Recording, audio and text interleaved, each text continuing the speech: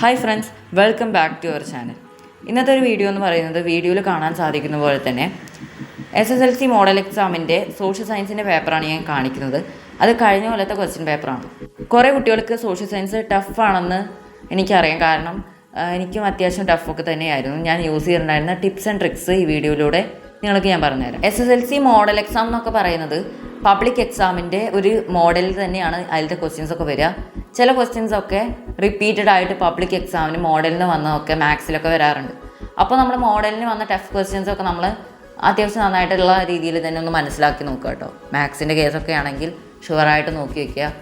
അപ്പോൾ SS കാര്യം പറയുകയാണെങ്കിൽ നമുക്ക് എക്സാമിന് കുറച്ച് വ്യത്യസ്തമായ ക്രൈറ്റീരിയ ആണുള്ളത് മോഡലിനും പബ്ലിക്കിനും. സാധാരണ നമ്മൾ ഓണം എക്സാം, ക്രിസ്മസ് എക്സാം എഴുതുന്ന സമയത്ത് നമുക്ക് എല്ലാ ആക്ടിവിറ്റീസിൽ നിന്നും ചോയ്സ് ക്വസ്റ്റ്യൻസ് അവൈലബിൾ ആണ്. മോഡലിനും പബ്ലിക് എക്സാമിനും നമുക്ക് ചോയ്സ് ക്വസ്റ്റ്യൻസ് എല്ലാ ആക്ടിവിറ്റീസിലും അവൈലബിൾ അല്ല. അതുകൂടി നിങ്ങൾ ശ്രദ്ധിക്കണം. ഞാൻ കൃത്യമായിട്ട് പറഞ്ഞുതരാം. ഞാൻ മോഡൽ എക്സാമിന് എൻ്റെ കാര്യം നോക്കുകയാണെങ്കിൽ ഞാൻ അധികം പ്രിപ്പയർ ചെയ്തിട്ടുണ്ടായിരുന്നില്ല. കാരണം എനിക്ക് കുറേ തന്നെ പെൻഡിങ്ങിലുണ്ടായിരുന്നു SS. അപ്പോൾ ഞാൻ വളരെ ഫാസ്റ്റായിട്ടാണ് എല്ലാ അവസാനത്തെ ടൈമിൽ പഠിച്ചു പോയത്.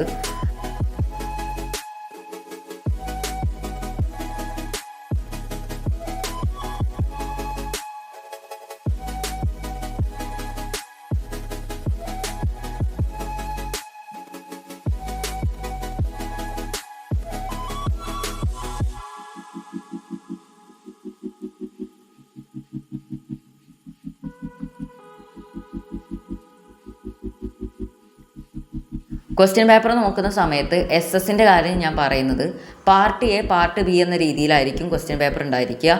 അതിൽ പാർട്ട് Aയിലത്തെ ക്വസ്റ്റ്യൻസ് എന്ന് പറയുന്നത് കമ്പൽസറിയാണ്. അതാണ് ഇവിടുത്തെ പ്രത്യേകത. പാർട്ട് Aയിൽ ഏകദേശം കഴിഞ്ഞ കൊല്ലം 15ഓളം ക്വസ്റ്റ്യൻസ്, എല്ലാ കൊല്ലം ഈ ഒരു രീതിയിൽ തന്നെ ആയിരിക്കും ഏകദേശം വരിക.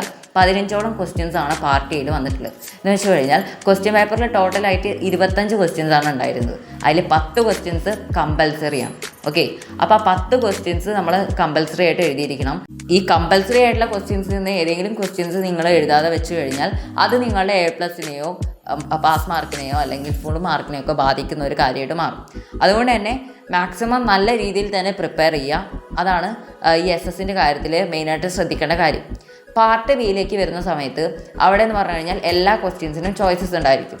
ഒരു ക്വസ്റ്റ്യനിൽ തന്നെ ഒരു എക്സാമ്പിളായിട്ട് പറയുകയാണെങ്കിൽ 16ാമത്തെ ക്വസ്റ്റ്യനിൽ 2 ക്വസ്റ്റ്യൻസ് അവൈലബിൾ ആയിരിക്കും. 2 ഓർ ക്വസ്റ്റ്യൻസ് ആയിരിക്കും. അതിൽ ഈ 2 ഏതെങ്കിലും ഒന്നേ നമ്മൾ അറ്റൻഡ് ചെയ്യേണ്ട ആവശ്യമുള്ളൂ. പാർട്ട് Bയിലാണ് നമ്മുടെ essay ക്വസ്റ്റ്യൻസ് ഒക്കെ വരാറുള്ളത്. 5 മാർക്കിൻ്റെ ഒരു essay ഉണ്ടായിരിക്കും, 6 മാർക്കിൻ്റെ ഒരു essay ഉണ്ടായിരിക്കും പാർട്ട് Bയിൽ. അതും അവസാനമായിരിക്കും ഉണ്ടായിരിക്കുക. 6 മാർക്കിൻ്റെ essay കൂടുതലായിട്ടും ഹിസ്റ്ററിയുടെ ഫസ്റ്റ് പാഠത്തു നിന്നൊക്കെയാണ് വരാറുള്ളത്. അതുപോലെ തന്നെ രണ്ടാമത്തെ പാഠം തോന്നുന്നു ഫസ്റ്റ് വേൾഡ് വാറിനെയൊക്കെ കുറിച്ച് പഠിക്കുന്നൊരു പാഠമുണ്ട് ഹിസ്റ്ററിയിൽ. അതിൽ നിന്നൊക്കെ essay ക്വസ്റ്റ്യൻസ് വരാറുണ്ട്. പിന്നെ ജോഗ്രഫിയുടെ ഫസ്റ്റ് ചാപ്റ്റർ ആയിട്ടുള്ള സീസൺസ് ആൻഡ് ടൈം എന്ന് പറഞ്ഞ ചാപ്റ്റർ ഉണ്ട്. അതിൽ നിന്നൊക്കെ ക്വസ്റ്റ്യൻസ് essay ഭാഗത്തു നിന്നൊക്കെ വരാറുണ്ട്. 5 മാർക്കിനും 6 മാർക്കിനൊക്കെ വരാറുണ്ട്. അതൊക്കെ നമ്മൾ കൃത്യമായിട്ട് നോക്കിയിട്ട് പോകണം. ഇനി ഞാൻ പറയാൻ പോകുന്നത് പാർട്ട് Aയിൽ വരുന്ന കുറച്ച് ക്വസ്റ്റ്യൻസിനെ പറ്റിയാണ്. പാർട്ട് Aയിലായിരിക്കും നമ്മുടെ വലിയൊരു വെയിറ്റേജ് ഉള്ള ഹിസ്റ്ററിയുടെ ചാപ്റ്ററാണ് കേരള ടുവേർഡ്സ് മോഡേണിറ്റി. അവിടെ നിന്നുള്ള ചോദ്യങ്ങളൊക്കെ പാർട്ട് Aയിൽ വരാറുണ്ട്. കഴിഞ്ഞ കൊല്ലം ഒരു മാച്ച് ദ ഫോളോയിങ് ആയിരുന്നു വന്നിട്ടുണ്ടായിരുന്നു. പിന്നെ ആ ഒരു ചാപ്റ്ററിന് ഏറ്റവും കൂടുതൽ മാച്ച് ദ ഫോളോയിങ് ഒക്കെ വരാറുള്ള ചാപ്റ്ററാണ് കേരള ടുവേർഡ്സ് മോഡേണിറ്റി. അതുപോലെ തന്നെ കൾച്ചർ ആൻഡ് നാഷണലിസം എന്ന് പറഞ്ഞൊരു പാഠമുണ്ട്. അതിന്നും മാച്ച് ദ ഫോളോയിങ് വരാറുണ്ട്. പിന്നെ മറ്റൊരു ഇമ്പോർട്ടൻ്റ് ആയിട്ടുള്ള പാഠമാണ് സ്ട്രഗിൾ ആൻഡ് ഫ്രീഡം. അതിലുള്ള essayകളൊക്കെ പഠിച്ചു വെക്കണം. കഴിഞ്ഞ കൊല്ലം ചമ്പാരൻ സത്യാഗ്രഹ, കേദ സത്യാഗ്രഹയെ കുറിച്ചിട്ട് ടോട്ടലായിട്ട് 4 മാർക്കിനായിരുന്നു essay വന്നിട്ടുണ്ടായിരുന്നത്. ഈ 2 ക്വസ്റ്റ്യനും കമ്പൽസറി ആയിട്ട് എഴുതണമായിരുന്നു. പിന്നെ നമ്മുടെ 1 വേർഡ് ക്വസ്റ്റ്യൻസ് ഒക്കെ വരുന്നത് പാർട്ട് Aയിൽ തന്നെയാണ്. 4 മാർക്കിൻ്റെ മാപ്പ് മാർക്കിങ്ങും പാർട്ട് A ആയിട്ടുള്ള കമ്പൽസറി ഏരിയയിൽ നിന്നാണ് വരാറുള്ളത്. മാപ്പ് മാർക്കിങ് എങ്ങനെ പഠിക്കുകയെന്ന് വെച്ച് കഴിഞ്ഞാൽ നല്ല രീതിയിൽ പ്രാക്ടീസ് ചെയ്യുക എന്ന് മാത്രമാണ് അതിനുള്ള ഒരു ട്രിക്ക് എന്ന് പറയുന്നത്. നമുക്ക് ഷോപ്പുകളിൽ നിന്നൊക്കെ ഔട്ട്ലൈൻ മാപ്പ് വാങ്ങാൻ കിട്ടുന്നതാണ്. അതുകൊണ്ട് തന്നെ അതിന് നല്ല രീതിയിൽ പ്രാക്ടീസ് ചെയ്യുക. പിന്നെ പ്രീവിയസ് ഇയർ ക്വസ്റ്റ്യൻസിൽ നമുക്ക് റിപ്പീറ്റഡ് ആയിട്ട് കുറേ സ്ഥലങ്ങൾ വന്നിട്ടുണ്ടായിരിക്കും. അപ്പോൾ അതിനൊക്കെ നല്ല രീതിയിൽ കോൺസെൻട്രേറ്റ് ചെയ്തിട്ട് മാർക്ക് ചെയ്യാനായിട്ട് പഠിക്കുക.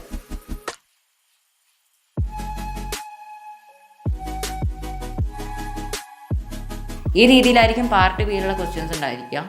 അടുത്തൊരു ഇമ്പോർട്ടൻറ്റ് ക്വസ്റ്റ്യൻ ആണ് ഇതെന്ന് പറയുന്നത്. റെഫറൻസ് ഗ്രിഡ് മാർക്കിംഗ് ആണെന്ന് പറയുന്നത് ഇത് എളുപ്പത്തിൽ 4 മാർക്ക് സ്കോർ ചെയ്യാൻ പറ്റുന്ന ഒരു ഭാഗമാണ്. അതുകൊണ്ട് ഞാൻ പറയുകയാണെങ്കിൽ എല്ലാവരും ഇതൊക്കെ പഠിച്ചു പോകണമെന്ന് ഞാൻ പറയും. കാരണം സിമ്പിളായിട്ടാണ് ഇതെന്നൊക്കെ മാർക്ക് കിട്ടുക. ജസ്റ്റ് എങ്ങനെ ചെയ്യാമെന്നൊക്കെ ഒരു കോൺസെപ്റ്റ് നമ്മൾ മനസ്സിലാക്കി വെച്ചാൽ മതി. ഇനി ഇതറിയാത്തവരാണെങ്കിൽ യൂട്യൂബിൽ തന്നെ ഇതിൻ്റെയൊക്കെ ക്ലാസ്സസ് അവൈലബിൾ ആണ്. ഇനി ഞാൻ പറയാൻ പോകുന്നത്, ഞാൻ പറഞ്ഞിട്ടുണ്ടായിരുന്ന ഒരു ബോണസ് ടിപ്പ് നിങ്ങൾക്ക് ഞാൻ പറഞ്ഞു തരാം എന്നുള്ളത്. അത് ഉപയോഗിച്ചുകൊണ്ട് എനിക്ക് നല്ല രീതിയിൽ തന്നെ മാർക്ക് സ്കോർ ചെയ്യാൻ സാധിച്ചിട്ടുണ്ട്. ഞാൻ ചെയ്ത ടിപ്പ് എന്താണെന്ന് വെച്ച് കഴിഞ്ഞാൽ 2-3 വർഷത്തെ PYQs നല്ല രീതിയിൽ ചെയ്തു പോയി. അത് ക്ലിയറായിട്ട് ഞാൻ പഠിച്ചു പോയിട്ടുണ്ടായിരുന്നു. അതെനിക്ക് നല്ല രീതിയിൽ യൂസ്ഫുള്ളായിട്ട് തോന്നി. അപ്പോൾ നിങ്ങളോട് എനിക്ക് പറയാനുള്ളത് എന്താണെന്ന് വെച്ച് കഴിഞ്ഞാൽ, നമ്മൾ ഏത് എക്സാമിന് പോവുകയാണെങ്കിൽ പോലും നമ്മൾ അതിന് നല്ല രീതിയിൽ പ്രിപ്പയർ ചെയ്തിട്ടില്ല എന്ന് നമുക്ക് തോന്നുകയാണെങ്കിൽ, അല്ലെങ്കിൽ നമ്മളൊന്നും പഠിച്ചിട്ടില്ല തോന്നുകയാണെങ്കിൽ, വെറുതെ ഈ PYQ എങ്കിലും നമ്മൾ നല്ല രീതിയിൽ പഠിച്ചു പോവുക. അത്ര സമയമേ ഉള്ളൂ എങ്കിൽ PYQ നല്ല രീതിയിൽ പഠിച്ചു പോവുക. അതിൽ തന്നെ കുറേ ക്വസ്റ്റ്യൻസ് റിപ്പീറ്റഡ് ആയിട്ടും വരുന്നുണ്ട്. അപ്പോൾ ഈ രീതിയിലൊന്ന് നിങ്ങൾ പ്രിപ്പയർ ചെയ്ത് നോക്കുക. ഒന്നും പഠിക്കാത്തവരാണെങ്കിൽ പോലും ഒരു B+ A ഗ്രേഡ് ലെവലിലേക്ക് നമുക്ക് എത്തിക്കാം. ചിലപ്പോൾ നമുക്ക് മുന്നേ കുറച്ച് പഠിച്ച കാര്യങ്ങളൊക്കെ അറിയുന്നുണ്ടെങ്കിൽ അതും കൂട്ടിയിട്ട് നമുക്ക് വേണമെങ്കിൽ A+ക്കൊക്കെ എത്തിക്കാൻ സാധിക്കും. അതുപോലെ തന്നെ എനിക്ക് മോഡൽ എക്സാമിന് SSL കിട്ടിയിട്ടുള്ള മാർക്ക് കൂടി ഞാൻ ഇതിൽ കാണിക്കുന്നുണ്ട്. അപ്പോൾ എനിക്ക് കിട്ടിയ മാർക്ക് എത്രയാണെന്ന് വെച്ച് കഴിഞ്ഞാൽ 80 മാർക്ക് തന്നെ എനിക്ക് കിട്ടിയിട്ടുണ്ടായിരുന്നു. ഞാനത് ഒട്ടും എക്സ്പെക്റ്റഡ് ആയിരുന്നില്ല. കാരണം ഞാൻ പറഞ്ഞല്ലോ, എനിക്ക് ഒട്ടും പഠിക്കാൻ പറ്റിയിട്ടുണ്ടായിരുന്നില്ല. പിന്നെ എനിക്ക് കുറേ പെൻഡിങ് ടോപ്പിക്സും ഉണ്ടായിരുന്നു. അതുകൊണ്ട് തന്നെ ഞാൻ അന്ന് കുറേ പ്രീവിയസ് ഇയർ ക്വസ്റ്റ്യൻസ് ആണ് പഠിച്ചു പോയത്. പിന്നെ എനിക്ക് കുറച്ച് മുന്നേ കുറച്ച് ചാപ്റ്റേഴ്സൊക്കെ അറിയായിരുന്നു. ആ ധാരണയിലാണ് ഞാൻ ആൻസർ ചെയ്ത ക്വസ്റ്റ്യൻസ്. അതുകൊണ്ട് തന്നെയാണ് എനിക്കൊരു മാർക്ക് സ്കോർ ചെയ്യാൻ സാധിച്ചത്. അതേപോലെ തന്നെ നിങ്ങൾക്കും സ്കോർ ചെയ്യാൻ സാധിക്കും. ഒന്നും പഠിക്കാത്തവരാണെങ്കിൽ, അല്ലെങ്കിൽ ഒന്നും എവിടെ എത്തിയിട്ടില്ല എന്നുണ്ടെങ്കിൽ, നിങ്ങൾ പ്രീവിയസ് ഇയർ ക്വസ്റ്റ്യൻസ് ഏത് സബ്ജക്റ്റ് ആണെങ്കിലും മാക്സിമം ചെയ്തിട്ട് പോവുക. അത് നമുക്ക് അത്യാവശ്യം നല്ല രീതിയിൽ തന്നെ യൂസ്ഫുൾ ആകും.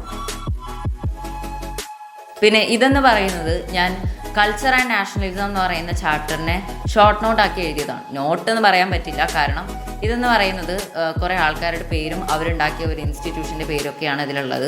ഈ രീതിയിൽ 1 വേർഡൊക്കെ വരുന്ന ചാപ്റ്റേഴ്സിൻ്റെ പോയിൻറ്റ്സ് ഒക്കെ ഈ രീതിയിൽ എഴുതിയെടുക്കുകയാണെങ്കിൽ നല്ല രീതിയിൽ നമുക്ക് അവർ എക്സാം ടൈമിൽ യൂസ്ഫുൾ ആകും. നിങ്ങൾക്ക് വേണമെങ്കിൽ ഞാൻ എഴുതിയിട്ടുള്ള ഒരു ടോപ്പിക്സ് എഴുതിയെടുക്കാവുന്നതാണ്. ഞാനിതിങ്ങനെ കാണിക്കുന്നുണ്ട്. കേരള ടുവേർഡ്സ് മോഡേണിറ്റി എന്ന് പറയുന്ന ഒരു ചാപ്റ്റർ കൂടി ഉണ്ട്. അതും ഈ രീതിയിൽ തന്നെ നിങ്ങൾക്ക് പ്രിപ്പയർ ചെയ്യാം. അതിൽ കുറേ വർഷങ്ങൾ പഠിക്കാനുണ്ട്. പിന്നെ കുറേ ഫൗണ്ടേഴ്സിൻ്റെ പേരൊക്കെ പഠിക്കാനായിട്ടുണ്ട്. അത് പഠിക്കാൻ വേണ്ടി ഞാൻ ചെയ്തിട്ടുണ്ടായിരുന്നു ഷോർട്ട് നോട്ട് പ്രിപ്പയർ ചെയ്യുക എന്നുള്ളതായിരുന്നു. ക്ലാസ് കണ്ടിട്ട് ഷോർട്ട് നോട്ട് പ്രിപ്പയർ ചെയ്തിട്ടുണ്ടായിരുന്നു. ഇതെന്ന് പറയുന്നത് ഇംഗ്ലീഷ് ഗ്രാമറിനെ റിലേറ്റ് ചെയ്തിട്ടുള്ള ഒന്നാണ്. എന്ന് വെച്ച് കഴിഞ്ഞാൽ ഫ്രേസൽ വേർബ്സ് ഉണ്ടല്ലോ, അതാണ് മോസ്റ്റ് റിപ്പീറ്റഡ് ആയിട്ട് ക്വസ്റ്റ്യൻ പേപ്പേഴ്സിൽ വന്നിട്ടുള്ള ഫ്രേസൽ വേർബ്സ് ആണ്. ഇതിൽ ആ സ്റ്റാർ ഇട്ടേക്കണം എന്തായാലും നമ്മൾ പഠിച്ചു പോകുന്നു. കുറേ വട്ടം വന്നിട്ടുള്ളതാണ് സ്റ്റാർ ഇട്ടുള്ളതൊക്കെ. അപ്പോൾ ഇതൊക്കെയാണ് ഇന്നത്തെ വീഡിയോ എന്ന് പറയുന്നത്. വീഡിയോ ഇഷ്ടപ്പെട്ടാൽ ലൈക്ക്, ഷെയർ ആൻഡ് സബ്സ്ക്രൈബ്. പിന്നെ ഈ ഒരു വീഡിയോ നിങ്ങൾക്ക് യൂസ്ഫുൾ ആയോ എന്നുള്ളത് കൂടി ഒന്ന് കമൻറ്റ് ചെയ്യണം. So until then bye.